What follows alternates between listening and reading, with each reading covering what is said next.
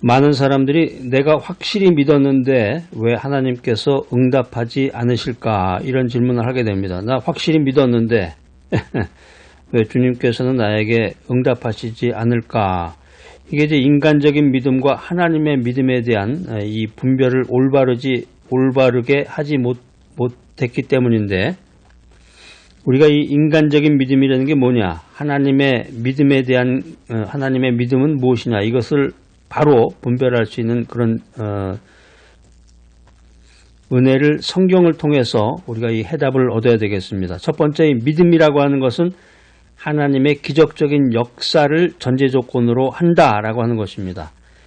인간이 모든 것을 할 수 있다라고 생각할 때 믿음은 필요 없죠. 내가 모든 걸 할 수 있는데, 그러니까 돈이 너무 많아도 믿음을 갖기가 힘들고, 그래서 성경에도 보면 부자가 구원받기가 힘들다 이런 말씀을 이제 많이 전하고 있는데, 인간이 모든 것을 행할 수 있다고 생각할 때 내가 너무 건강하다, 내 몸이 건강하다, 이때도 믿음 갖기가 쉽지 않아요. 믿음이라고 하는 것은 하나님의 뜻에 기초를 두는 것입니다. 하나님의 성품에 거슬리는 인생을 살면서 하나님의 뜻에 위배된 행동을 하면서 하나님께 아무리 기도한다고 해봤자 응답받을 수가 없는 것이죠. 하나님의 뜻이 뭐냐?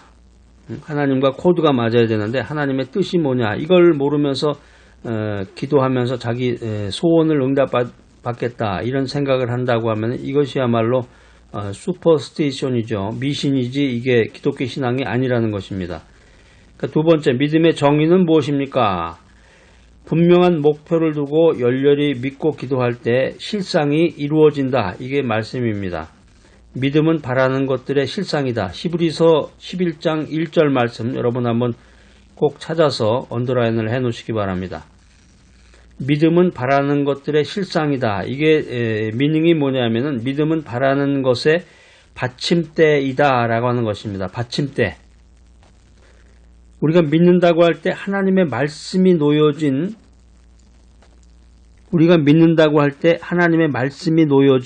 인간의 편에서의 이 받침대를 만드는 것에 불과하다라고 하는 것입니다. 우리가 하나님의 말씀을 듣고 하나님의 말씀을 깨달으면 하나님을 믿는 믿음이 생겨서 실상, 다시 말해서 하나님의 역사가 일어날 수 있는 이 받침대가 형성이 되는 거예요. 이때 비로소 하나님의 응답을 받을 수 있게 되는 것입니다. 자, 세 번째로 믿음의 그 사례들을 들어보면은 성경에 보면 이 수로보니게 여인에 대한 얘기가 나옵니다. 수로보니게 여인은 예비 믿음을 갖고 있어서 그녀는 예수님의 기적을 믿었고 예수님의 뜻을 알았고 분명한 목표를 갖고 열심히 믿고 간구했습니다. 이렇게 수로보니게 여인이 분명히 받침대를 갖추고 있었는데 예수님께서 그 받침대 위에 응답의 말씀을 얹어주셨다라고 하는 것입니다. 그래서 그 결과 그녀의 딸은 고침을 받게 됩니다. 그녀가 믿음을 가졌을 때 그녀의 딸이 낳은 것이 아닙니다. 그녀가 열렬히 믿었지만 그녀의 딸은 낳지 않았다. 이렇게 성경은 말하고 있습니다. 그런데 예수님의 말씀이 그녀의 믿음 위에 얹혀졌을 때 그녀의 딸이 낳았다고 하는 것입니다. 온전한 믿음은 예비 믿음의 이 받침대 위에 하나님의 허락의 말씀이 임할 때 생긴다. 이 사실을 여러분들 오늘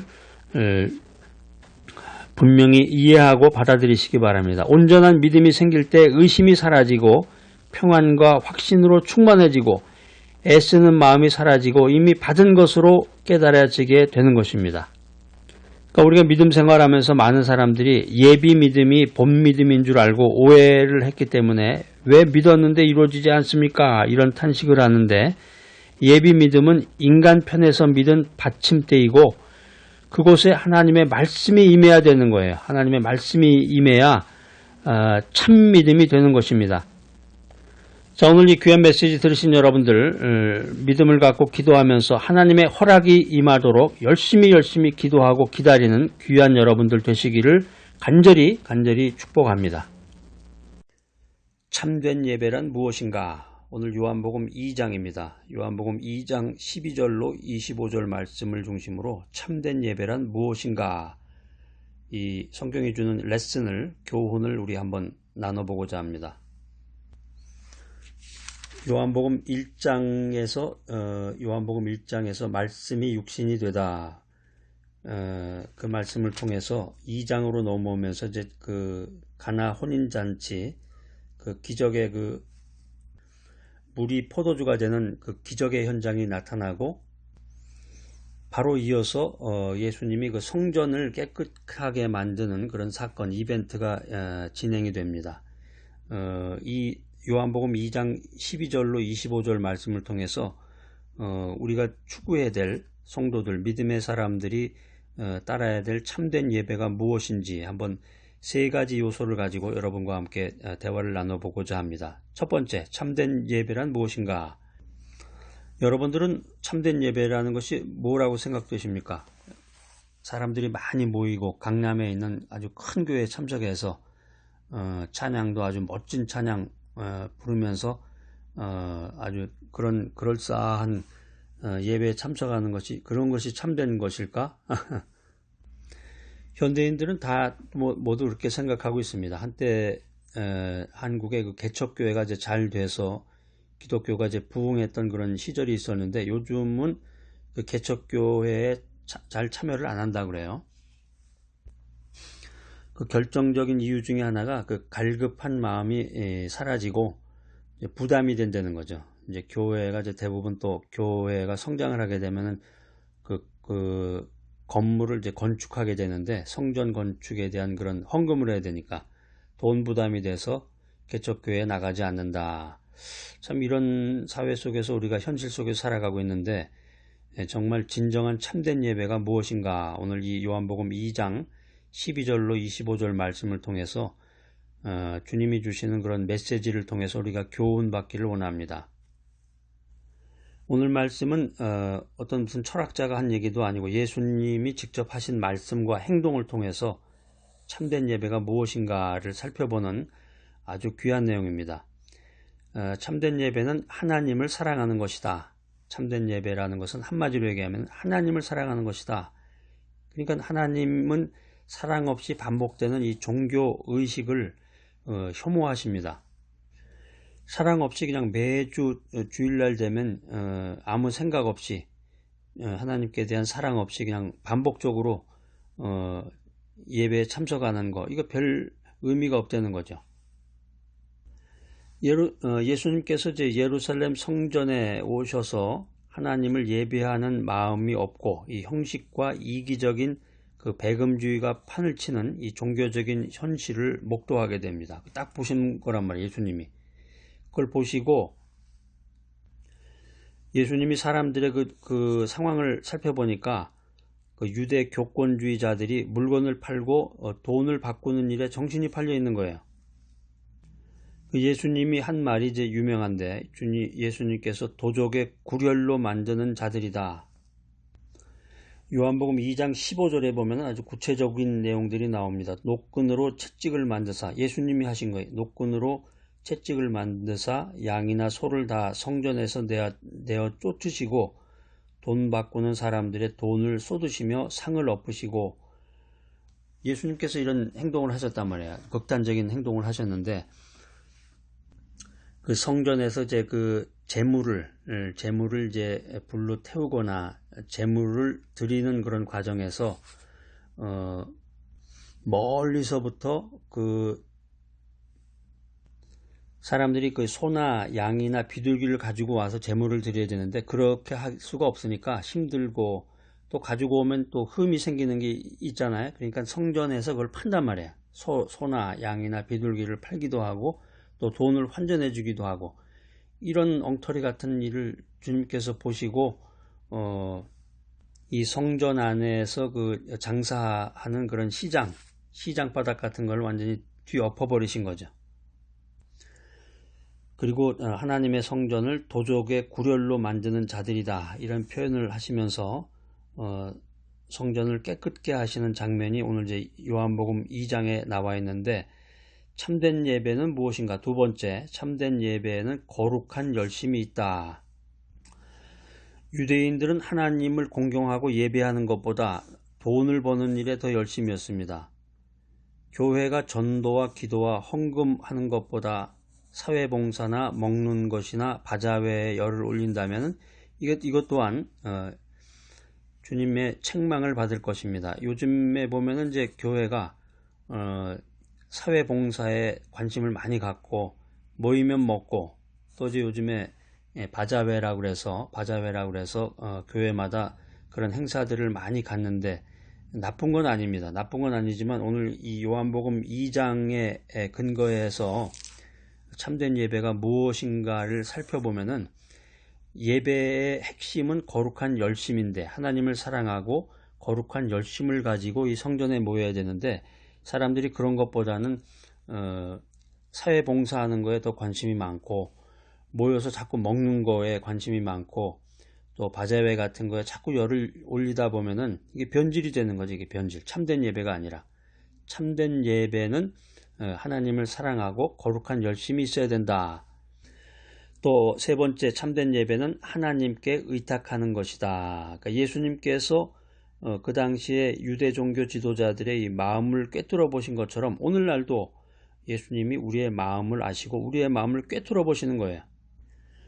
그때 당시에 유대인들이 예수님의 이 놀라운 기적을 보면서도 예수님을 거역할 구실만을 찾았었는데 그러니까 예수님의 참모습을 바라보지 못하고 참된 예배의 핵심 요소가 무엇인가를 모르고 예배를 드렸던 것이죠.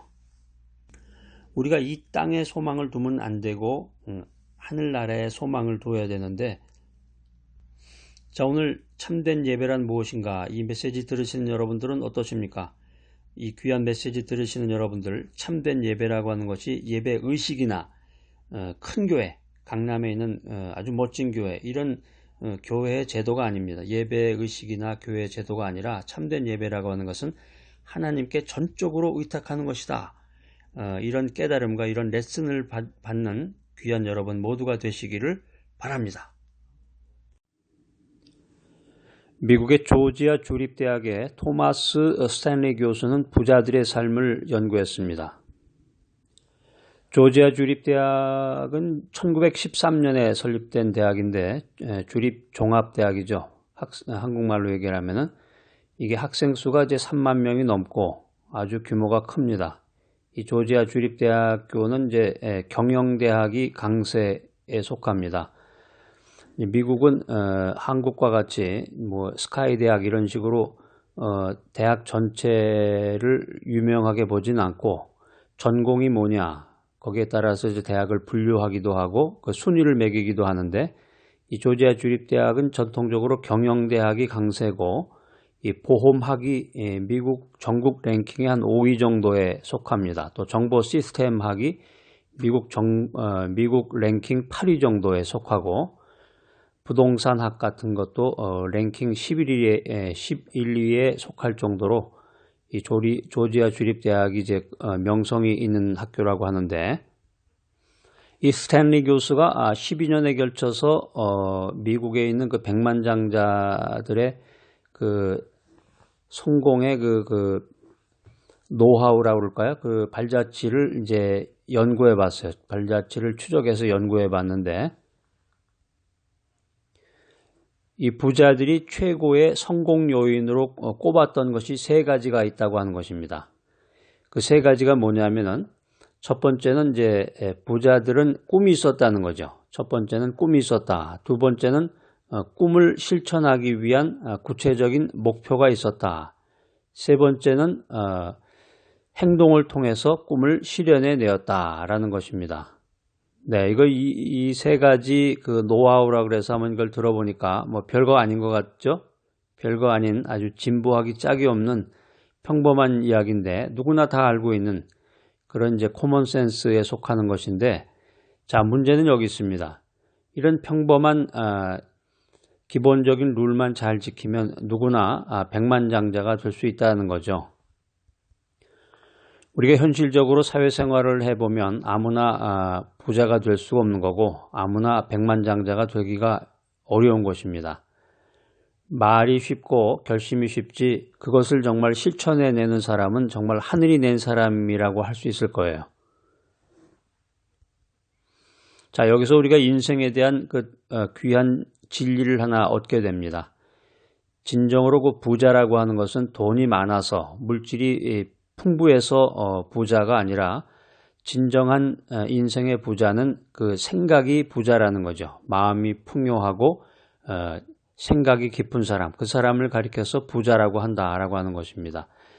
그래서 정신적인 부와 물질적인 부를 동시에 추구할 수 있는 사람, 이런 사람을 가리켜서 우리가 가치 있는 사람이라고 평가하게 됩니다. 그리고 물질적인 것에만 가치를 부여하고 물질로만 풍요하고 마음이 빈곤한 사람은 진정한 부자라고 할 수 없다는 것이죠. 그래서 우리가 흔히 하는 말로 졸부라는 말을 하는데, 우리 주변에 보면은 우리 사회에는 수많은 졸부들이 존재합니다. 그래서 수단과 방법을 가리지 않고 돈의 노예가 되어서 천박한 인생을 사는 그런 졸부들이 많다는 것입니다. 그래서 인생을 사는데 살림살이는 넉넉할지 모르지만, 그러니까 물건을 이제 명품을 사고 남한테 폼을 잡고 자랑을 할 만큼의 그런 인생을 물건들을 살지는 모르지만 그들의 마음 속에는 초라하기 짝이 없는 그런 빈곤한 마음과 생각이 자리 잡고 있다고 하는 것입니다. 자, 여러분은 과연 누구를 부자의 덕목에 올릴 수가 있겠습니까? 부자에 대한 연구를 통해서 우리가 인생에 대한 통찰력을 한번 재점검해 봤으면 좋겠습니다. 인생을 부유하게 살기 위해서 어떻게 살아야 하는 것인가? 인생을 살아가는데 분명한 가치관, 높은 수준의 가치관을 가지고 또 꿈을 갖고 목표를 세워서 그것을 실천에 옮기는 삶, 이것이 참다운 부자의 삶이 아닐까 이렇게 생각을 합니다. 자, 따스한 차 한 잔을 앞에 놓고 그 차의 그 향을 음미하면서 이런 생각 한번 해봤으면 좋겠습니다. 나는 부자로 살기 위해서 지금 어떻게 살아가고 있을까? 나는 진정한 꿈과 비전이 있는가? 또 그 꿈을 실현하기 위해서 지금 열심히 성실히 최선을 다해서 행동하고 있는가? 여러분과 함께 차 한 잔을 나누면서 여러 가지 이런저런 인생에 대한 진리를 함께 나누게 될 그날을 기대해 봅니다.